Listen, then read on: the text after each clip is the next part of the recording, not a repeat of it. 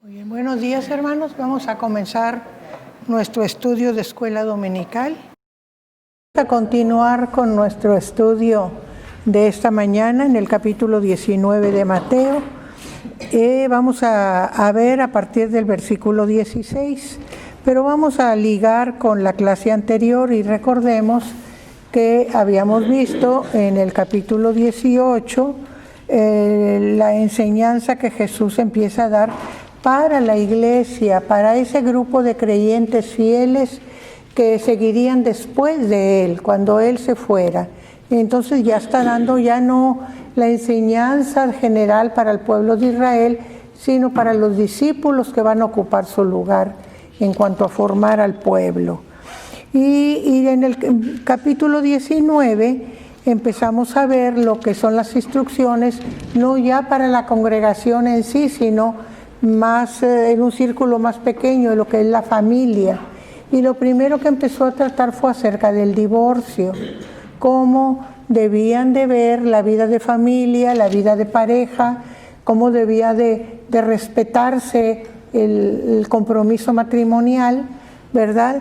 Al grado de que pues a los discípulos no les agradó mucho, diciendo que si no podían divorciarse y casarse otra vez, por cualquier razón que quisieran divorciarse, pues no convenía casarse, ¿verdad? Pero él les dice que si se sienten capaces de vivir sin mujer, pues que lo hagan, pero que no a todos les es dado vivir sin mujer. O sea, no les dice pueden hacerlo, no, se tienen que ajustar, ¿verdad? Entonces, les hace ver que importante es respetar la vida de familia, ¿verdad? Y si ya escogieron una pareja, deben conservarla, ¿verdad? En lo posible. Y ya recordemos que ellos mencionan de que Moisés permitió el divorcio, pero él les dice que fue por la dureza de corazón de ellos. Y ya vimos cómo esta medida era para proteger a las mujeres del maltrato y de la dureza y de los, vamos a decir, los maltratos que los hombres cometían con sus mujeres, ¿verdad? Esa fue la razón. También trata de cómo Jesús les da importancia a los niños. Los discípulos no quieren que se acerquen, pero él dice, déjenlos. Ellos también son importantes, además de ellos es el reino, ¿verdad? Ustedes creen que no son importantes, de ellos es el reino. Y ahora vamos a ver otro aspecto de esta enseñanza de la vida ya no de familia, sino en forma individual. Empezamos.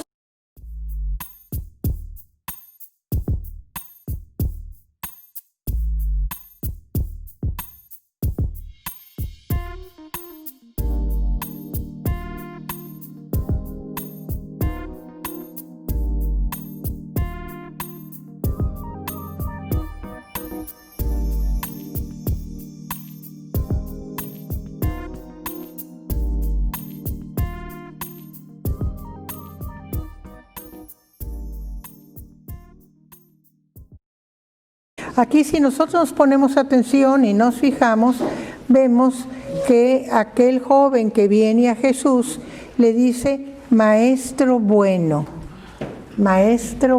¿qué haré para tener la vida eterna? Y aquí la respuesta que Jesús le da es una respuesta que tiene un sentido ahí para que, como que luego dicen, para que entienda, ¿verdad? Nadie hay bueno, sino solo Dios. Si tú me estás diciendo bueno, me estás reconociendo como Dios. Y si me estás viendo como un hombre, porque estoy en figura de hombre, entonces solo Dios es bueno. O sea, decide qué piensas acerca de mí, ¿verdad? Es lo que le está diciendo Jesús con esas palabras. No hay bueno más que solo uno. O sea, si tú me sigues considerando bueno, me estás dando la divinidad, la posibilidad de la divinidad, ¿verdad? Por eso le dice, ¿por qué me llamas bueno? O sea, ahí está cuestionándolo. Y dice, ninguno hay bueno sino uno, Dios. Mas si quieres entrar en la vida, o sea, ese más equivale a un pero. O sea, tú puedes venir conmigo como con Dios y yo te voy a decir que cómo le vas a hacer. Si quieres entrar en la vida, guarda los mandamientos, le dice Jesús, guárdalos. Y la respuesta del joven es, ¿cuáles? Esta es una escapada, porque él no tenía que preguntar cuáles, conocía todos los mandamientos, desde los mandamientos referentes a Dios como los mandamientos referentes al prójimo. Ya sabemos que los 4 primeros del Decálogo se refieren a Dios y los 6 siguientes se refieren al prójimo, ¿verdad? Entonces, ¿cuáles? Le dice. Y Jesús le dijo, no matarás, no adulterarás, no hurtarás, no dirás falso testimonio y honrarás a tu padre y a tu madre. Le da 5, solo le falta 1. 5, pero todos se fijan de qué tipo de mandamientos le dio, todos referentes al prójimo, todos, ¿verdad?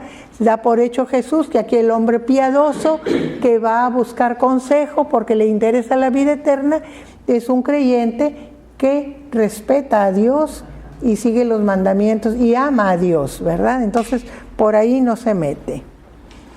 Y el joven, bueno, hasta ahí vimos, ¿verdad? Entonces nos damos cuenta que Jesús está haciendo énfasis en eso, ¿verdad? En el prójimo. Vamos a seguir con la lectura, versículo 20.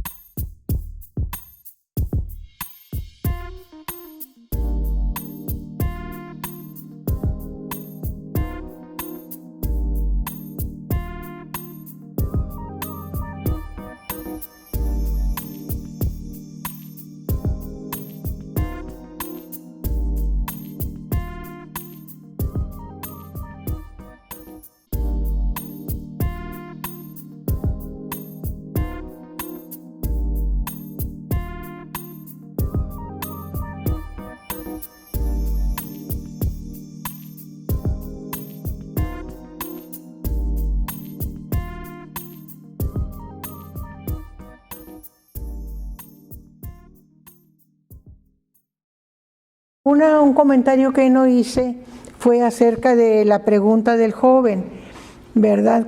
¿Qué bien haré? ¿Qué bien haré? ¿Por qué? Porque su confianza estaba en el hacer, ¿verdad? No en el creer, ¿verdad? En el hacer. Él estaba acercándose a Jesús como se acerca uno a un consejero, no como se acerca uno al Hijo de Dios, al Salvador. Él no sentía que necesitara ser salvado. Él estaba seguro de su perfección, de su pureza, de su cumplimiento, ¿verdad? Entonces, ¿qué bien haré? O sea, ¿qué obra haré para tener el reino, la vida eterna? Entonces, cuando el joven dice, el joven le dijo, todo esto, o sea, lo que Jesús le dijo respecto al prójimo, lo he guardado desde mi juventud. ¿Qué más me falta? O sea, yo he hecho todo lo que los mandamientos dicen, pero ¿qué más me falta? Y sigue insistiendo entre hacer, ¿verdad? O sea, su confianza está en sus obras, no en la fe, ni en reconocimiento, ni en arrepentimiento. Él no tiene de qué arrepentirse, él está bien en todo. ¿Ven? Según esto.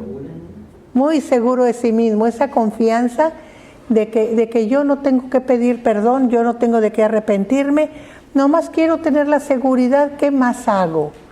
Entonces Jesús, para probarle que está mal, le dice, porque conocía con quién estaba hablando Jesús. Entonces Jesús le dijo, anda, vende todo lo que tienes y dalo a los pobres y tendrás tesoro en el cielo y ven y sígueme. O sea, tú crees que estás muy bien, pero tú eres rico y hay muchos pobres. ¿Tienes misericordia de los pobres? Entonces, ahí lo está cuestionando. Véndelo y dáselos. ¿Realmente quieres ser perfecto? Como te sientes o como te crees, dale todo lo que tienes a los pobres. Y ya que lo hagas, entonces ven y sígueme. Eso quiere decir, ven a buscarme y sígueme porque me reconoces. Porque me buscas es porque tienes confianza en mí. Bueno, sígueme y haz lo que yo hago. ¿Sí, Nelly? Gracias, hermana. Y posiblemente, como el mismo pasaje nos enseña que era un joven rico, sí, probablemente hacía obras de caridad. Pero ¿qué pasó cuando Jesús le dijo, vende todo lo que tienes? Ajá. Era para probarlo. ¿Realmente quieres ser perfecto? ¿Realmente quieres estar bien con Dios? Deshazte de todo, no necesitas nada si tienes a Dios. Estás confiando en tus riquezas y no eres justo, no tienes misericordia. Entonces, vende todo, sígueme, haz lo que yo hago. Puesto que me buscas y me admiras, haz lo que yo hago, sígueme. Sí, ¿verdad? Porque la palabra dice, ¿qué más haré de bien? ¿Qué otro bien haré? Entonces eso asume que ya hacía algo bueno.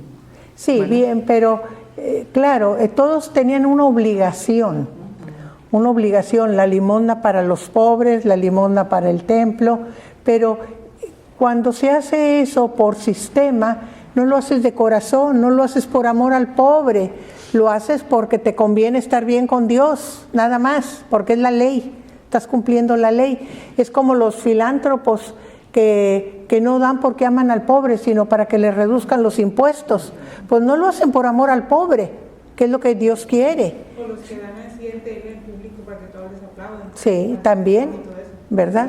Entonces eso es lo que Jesús quiere. Pastor, ¿quería comentar algo? Sí, yo veo, bueno, es difícil, uno puede leer el pasaje como uno quiera pero la actitud o la intención es difícil de discernir. De discernir, sí. ¿Verdad?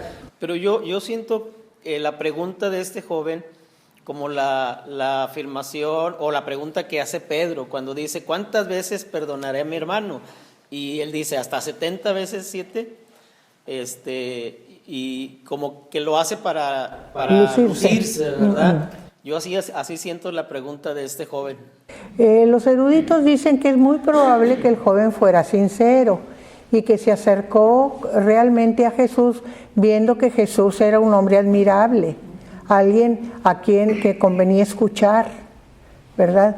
Pero lo que no le ayuda nada es ese concepto sobre sí mismo, que se siente él muy bien delante, que no necesita nada, ni a Dios, porque ya está cumpliendo todo con Dios. Y cómo Jesús lo hace consciente de que no está nada bien, ¿verdad? Que le falta mucho. Entonces en eso es en lo que Jesús se ocupa para que pueda él reconocer, ¿verdad? ¿Y qué pasa cuando le dice ven y sígueme? Oyendo el joven esta palabra se fue triste porque tenía muchas posesiones. O sea, tenía tantos bienes que su corazón no le estaba pegado a sus bienes. Entonces no se podía desprender de sus bienes. Entonces, aunque quería seguir a Jesús y estar con Jesús, pero no podía pensar en ser pobre. ¿Cómo? ¿Verdad? Era más importante su riqueza que seguir a Jesús. Entonces, de esa manera Jesús lo hizo consciente de su imperfección, ¿verdad? Que necesitaba. Pero, como muchos otros, prefirió tener la seguridad de las riquezas que tener su seguridad en Jesús, ¿verdad? No sé porque dijo desde un principio usted, o sea, no era seguidor de Cristo, sí. O sea, no era su fin ese. Sí, no, sí, era en sí mismo su fin, ser salvo yo, ¿cómo le hago para tener esa seguridad? ¿Verdad?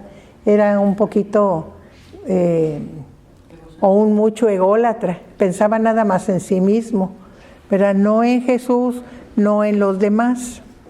Y cuando el joven se va, entonces Jesús empieza a comentar con sus discípulos y les dice: de cierto os digo que difícilmente entrará un rico en el reino de los cielos. ¿Por qué? Porque el rico pone su confianza en sus riquezas, en su dinero. Ya hemos comentado antes cuántos ricos se han suicidado cuando por movimientos de las bolsas de valores se quedan en la calle sin nada y no lo soportan. Simplemente el no ser ricos no cabe en su cabeza, prefieren morirse, ¿verdad? Entonces, ¿qué quiere decir? Que su corazón está pegado a sus riquezas, que su seguridad son sus riquezas, que sus Dios son sus riquezas, que no son capaces de pensar: me voy a levantar otra vez, voy a trabajar y me voy a levantar. No son capaces de eso. Simplemente ser pobre no cabe en mi mente. Porque la riqueza también da poder. Sí, también, sí. Entonces a lo mejor esas personas que lo pierden todo Sí. tienen poder por las sus riquezas. sí. Sí, hay un dicho que dice, ¿verdad? Poderoso es don dinero. Poderoso caballero es don dinero, ¿verdad? También cuánto tienes, cuánto vales. O sea, si no tienes nada, no vales ¿Cuánto nada. tienes? ¿Cuánto? O cómo te vistes, te Sí, tratan. exacto. Vale Y más todo porque eso es que, acá. sí, que es realmente lo que expresa la vanidad humana. No vemos el interior de la persona, no nos interesa nada más lo que muestra, ¿verdad? Lo que muestra es lo que nos interesa. Y sigue diciéndoles Jesús a los discípulos, ¿verdad? Dice: otra vez os digo, es más fácil pasar un camello por el ojo de una aguja que entrar un rico en el reino de Dios. Y nosotros siempre nos hemos hecho la pregunta esa, que ¿por qué pone ese ejemplo tan raro? Y es que nosotros no estamos en el contexto de Jesús.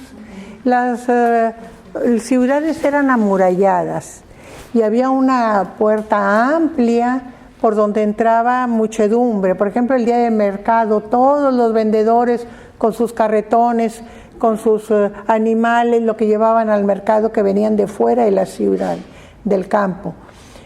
O los ejércitos, ¿verdad? Cuando entraban o salían los ejércitos. Y esa puerta se cerraba de noche, ¿verdad? De noche no había tránsito, no había manera de entrar y salir muchedumbres por seguridad. Pero había otra puerta pequeña que era como las orientales, un círculo arriba y luego angostito de abajo. Y eso se le llamaba aguja, esa puerta. ¿Por qué? Porque tenía una especie de ojo arriba y luego la línea. Y por ahí solo un hombre podía pasar, ¿verdad? Un hombre. ¿Por qué? Para que no hubiera peligro de que entrara una muchedumbre de noche y asaltara la ciudad. Era más fácil controlar esa puertecita que controlar una puerta grande. Entonces eso se le llamaba aguja, a ese tipo de puerta. Entonces un camello, un hombre podía pasar, pero un camello no.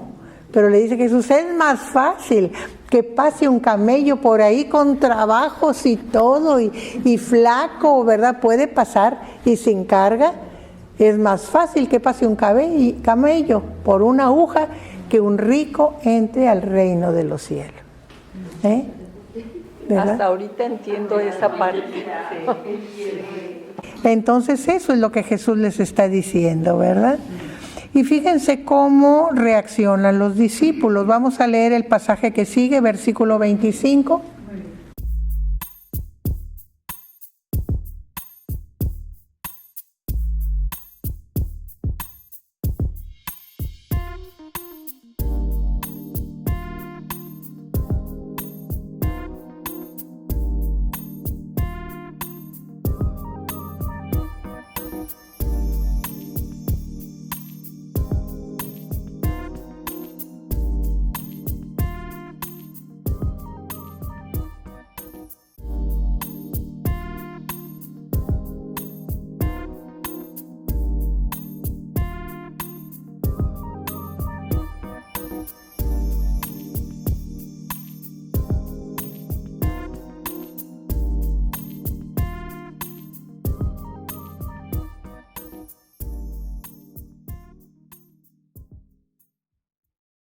Aquí vemos la reacción de los discípulos, y así como se asombraron y se medio disgustaron cuando les dijo del compromiso del matrimonio y la inconveniencia del divorcio por cualquier causa, así también aquí ellos se asombran, y no poco, en gran manera, diciendo, ¿quién pues podrá ser salvo?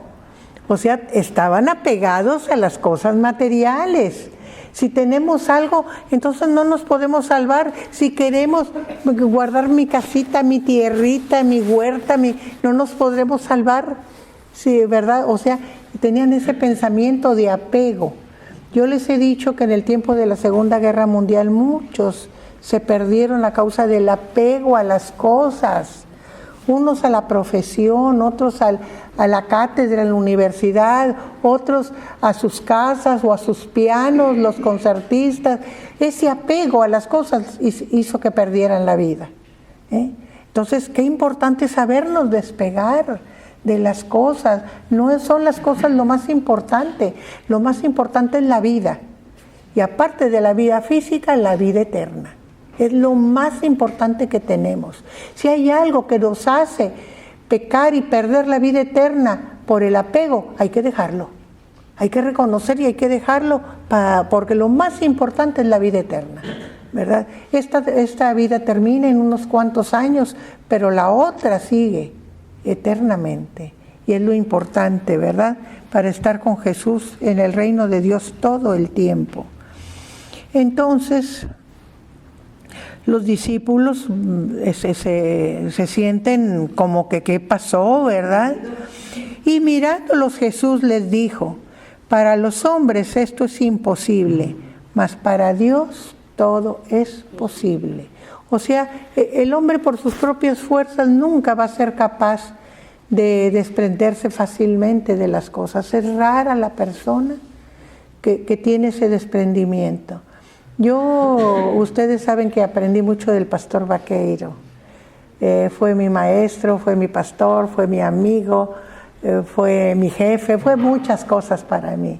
Pero una cosa que yo le admiraba mucho era, no le guardaba resentimiento a nadie. Lo habían ofendido, le habían hecho y se disculpaban y como si no hubiera pasado nada. Y otra cosa era su desapego a las cosas. A ellos les robaron a él y a la hermana Elizabeth su casa muchas veces. Y se metían y casi siempre se llevaban pues lo que más aprecias. A veces lo más fino que tenían eran regalos, que la pluma, que el reloj, que esto, que ese tipo de cosas, ¿verdad? Y me platicaba y me decía, pues ya lo llevaron, pero son cosas, decía, son cosas, así con esa naturalidad que uno está diciendo, ay, me llevaron, me faltó esto, que tanto que lo quería, que me hace falta. No, para él era, se fue, ¿verdad? Y era una cosa que yo le admiraba y decía yo, ¿cómo le hace para tener ese desprendimiento? Pero aquí dice que para el hombre es prácticamente imposible, solo Dios lo puede hacer, solo Dios, y es lo que dice Jesús. ¿Sí, Nelly? Y nos damos cuenta, por ejemplo, en la etapa que están pasando los discípulos, estaban apenas en el aprendizaje junto a Jesús, sí, ¿verdad? Para llegar a ese desprendimiento, tenemos que estar junto a Jesús continuamente, es decir, diariamente, cada segundo de la vida, y solamente así se va operando en nosotros ese cambio, como el que usted menciona en el pastor Vaqueiro, y como ellos mismos también lo mostraron, pero años después. Fíjense que Jesús está puntualizando cosas importantísimas en la vida personal y en lo que debemos enseñar a los demás, porque ya está para irse, y Él sabe que ya se va, ya les anunció 2 veces que va a morir, y ya va camino a Jerusalén.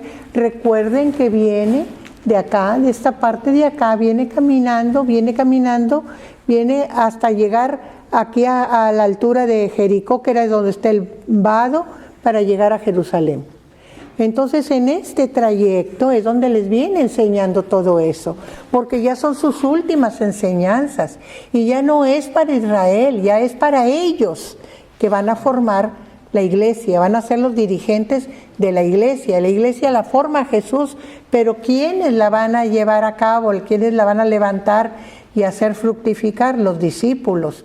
Por eso quiere darles todas estas enseñanzas importantes, ¿verdad? Entonces, como siempre, ¿verdad? Pedro es el que habla. Jesús les dice que a los hombres es imposible, pero para Dios todo es posible. Pedro le dijo, siempre Pedro, ¿verdad? He aquí nosotros lo hemos dejado todo y te hemos seguido. ¿Qué pues tendremos? ¿Por qué? Porque recuerden que ellos siguen clavados en lo material. O sea, y nosotros dejamos todo. Entonces, pues, ¿cuál va a ser nuestra recompensa? Porque ¿de qué les había hablado Jesús?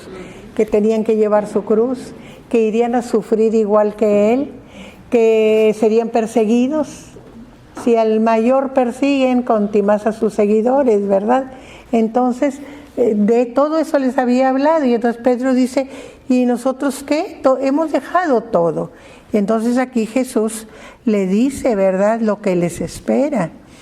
De cierto os digo que en la regeneración, o sea, nosotros ya hemos sido justificados y regenerados en espíritu. Y somos del Señor, pero no en cuerpo, todavía no, hasta que Él venga. Entonces seremos levantados los que hayan muerto, y los que no hayan muerto serán levantados con Él. Eso es la regeneración, cuando Él venga. Cuando venga el Hijo del Hombre y se siente en el trono de su gloria, vosotros que me habéis seguido, o sea, cuando se manifieste como el Rey, ¿verdad?, de ese reino celestial, vosotros que me habéis seguido, también os sentaréis sobre 12 tronos. O sea, van a tener capacidad de mando junto conmigo. ¿Para qué van a estar sentados en 12 tronos? Para juzgar a las 12 tribus de Israel. Y nosotros podíamos pensar aquí, ¿y Judas? Pues Jesús ya sabe lo que va a pasar. Y sabe que Judas va a ser el que lo entrega, va a ser el que hace posible la crucifixión, y que su lugar va a ser ocupado por Matías, ¿verdad? Matías va a ser el que complete los 12 que se van a sentar en los 12 tronos. Y nosotros nos podemos preguntar, ¿y Pablo?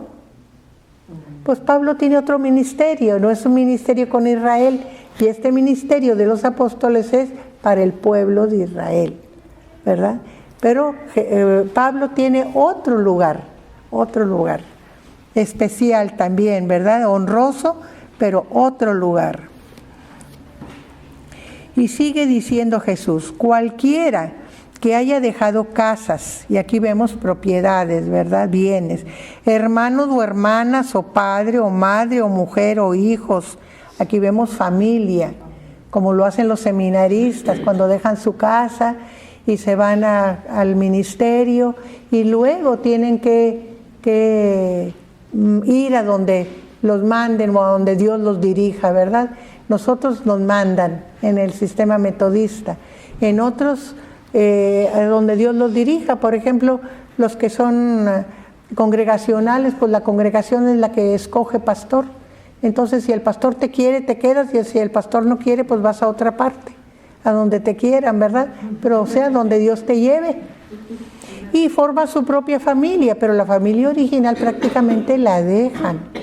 Hay algunos que por su juventud, a veces recién salidos del seminario, que sienten que los problemas de familia son más importantes o que son muy urgentes, y entonces dejan el ministerio por atender la familia, ¿verdad? Es comprensible, ¿verdad?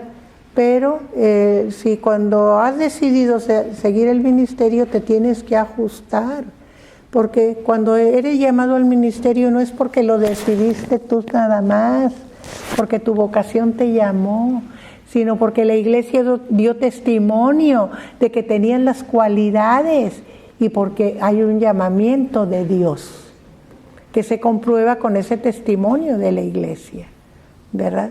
Quizá algunos se engañen, es más fácil que se engañen no siguiendo el ministerio que dejándolo.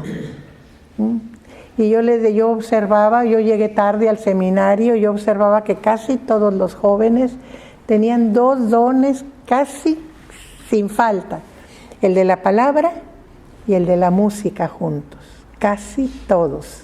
Era raro el que no tenía esos 2 dones. Y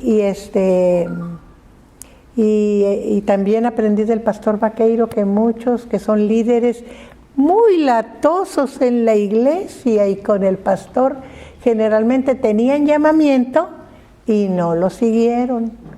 Pero luego como laicos querían dirigir la iglesia, pero no tenían la autoridad porque no la habían aceptado, ¿verdad? Pero sentían que ellos querían dirigir, pero era eso, ¿verdad? Y del pastor aprendí que era porque no habían obedecido el llamamiento del Señor. O sea, es más fácil equivocarte no siguiendo el llamamiento que teniendo llamamiento y saliéndote, ¿verdad? Es más raro.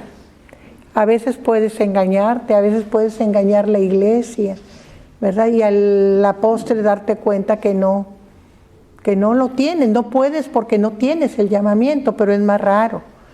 Es más común que tengas el llamamiento y no lo sigas. ¿Por qué no lo sigues? Ay, porque los pastores son pobres. No tienen mucha oportunidad de hacerse ricos. Y con la profesión pues te puedes hacer rico, ¿verdad? Generalmente eso es lo que inhibe el seguir el llamamiento. Quizá alguien tenga otra opinión, pero eso es lo que yo he aprendido, ¿verdad? Entonces, Jesús les dice, ¿verdad? Que el que haya dejado bienes, familias, tierras, aquí ya más que bienes, porque las casas, los animalitos son bienes, pero ya posesión de tierras para ese tiempo era algo mucho más importante. Recibirá, cuando hayan dejado todo eso, 100 veces más y aparte tendrán la vida eterna, ¿verdad? No solamente asegurará la vida eterna, sino tendrán 100 veces más, ¿verdad? Dice, pero muchos primeros serán postreros y postreros primeros. Aquí son poquitas palabras, pero aquí hay una enseñanza muy grande. ¿Por qué? Porque miren, hay muchos, pensemos en los apóstoles, hay muchos que siguieron a Jesús de luego, ¿verdad? Y hay otros que llegaron al último. Por eso dice que muchos primeros serán postreros y los postreros primeros. Y así pasa en la iglesia, ¿o no? Hay unos que llegan desde la fundación de la iglesia, llegan a fundar la iglesia y toda su vida están en la iglesia y luego van llegando los demás y a veces al último, cuando ya estamos viejitos, llegan otros. ¿Y qué pasa? Con los discípulos, Judas falló y fue de los primeros. Ese ni siquiera llegó a ser postrero, ese no entró, ¿verdad? Y fue primero. Y ahora en la gente de la iglesia, ¿cuántas veces sucede que en lugar de crecer espiritualmente, crecen en orgullo, en seguridad, en sentirse que lo saben todo en la iglesia, y entonces empiezan a menospreciar a los nuevos, ¿verdad? Y a sentirse más importantes que los nuevos. Entonces, ¿qué está pasando ahí? Están cometiendo pecado. ¿Por qué? Porque no es ese el lugar que Dios quiere para la gente que llama y que responde pronto. Quiere que sean los instructores, los maestros, los que formen a los nuevos que vienen, no que los juzguen ni que los menosprecien. Entonces, si sucede eso, los nuevos serán primero que los que llegaron a la fundación, cuando son orgullosos, prepotentes, egoístas o que se sienten los dueños de la iglesia. Porque eso pasa en todo congreso. Somos humanos y desgraciadamente Dios nos pone una obra perfecta, pero nosotros nos hacemos cargo de descomponerla. Para eso somos muy buenos. Otra cosa que aprendí del pastor Vaqueiro es que decía, si el Espíritu Santo no cuidara de la iglesia, ya no las hubiéramos acabado. Porque así somos los humanos, así somos. Le fallamos a Dios en tantas formas diferentes, ¿verdad? Por eso tenemos que estar siempre revisándonos conscientes, cómo somos con los demás, cómo nos portamos en la iglesia, cómo somos con los hermanos, cómo perdonamos las ofensas que sentimos que nos hacen, lo que está enseñando en estos capítulos. Cómo trato a los demás, ¿verdad? Los trato con amor, con misericordia, con afabilidad, con buenas maneras, o ni siquiera los miro ni los saludo, o los trato mal, ¿verdad? O los hago sentir que son insignificantes. Una cosa que a mí me molesta mucho cuando lo sé de las iglesias es el trato, y no porque el seminarista esté aquí, el trato a los seminaristas o a las seminaristas. Es muy común que a las seminaristas mujeres las traten mal en algunos, y digo, no es general, pero me enoja cuando lo sé. Generalmente o son líderes o son pastores que no les gustan ayudantes mujeres. Entonces tú aquí no me sirves, empiezan diciéndole, nomás la nombran. Aquí no me sirves. Oye, vienes a hacer lo mejor que puedes y te reciben de esa manera. O se ha visto hermanas que sienten que lo saben todo, y cuando llega la chica nueva, sobre todo si no es de años superiores, es de primero, segundo. No, en primero no los mandan, ¿verdad? Hasta segundo. No, sí. Sí, ya los mandan en primero, sí. Bueno, cuando son de primero o de segundo, tú no sabes nada. Y hasta yo he visto chicas llorando, seminaristas, por el trato que reciben en la iglesia. Por eso, bien, yo estoy hablando de esto para que no vaya a suceder nunca. Para eso estoy hablándolo, no para criticar, sino para enseñar que eso no se hace. ¿Por qué? Porque si vienen es porque el Señor las mandó. Y nosotros, nuestro trabajo no es decirle no sabes, es enseñarle cómo se hace, ¿verdad? O cómo se acostumbra aquí, o X. Pero primero tratarlas bien y luego enseñarlos. Entonces, van a tener la humildad de sí, aprender. De todos. Sí, porque de todos podemos aprender. De la persona más humilde y más ignorante, algo aprendemos, porque su ignorancia la ha hecho poner atención en algo que a nosotros ni nos había pasado por la cabeza, porque como somos bien listos, ¿verdad? Ni nos fijamos, ¿verdad? Entonces sí, hay que aprender de todo mundo. Entonces, esa es la enseñanza que está dando aquí Jesús, cuando dice los postreros serán primeros y los primeros postreros. O sea, no te confíes en que eres importante, no te confíes. ¿Por qué? Porque si te confías puedes fallar, ¿verdad? Entonces, cuidado.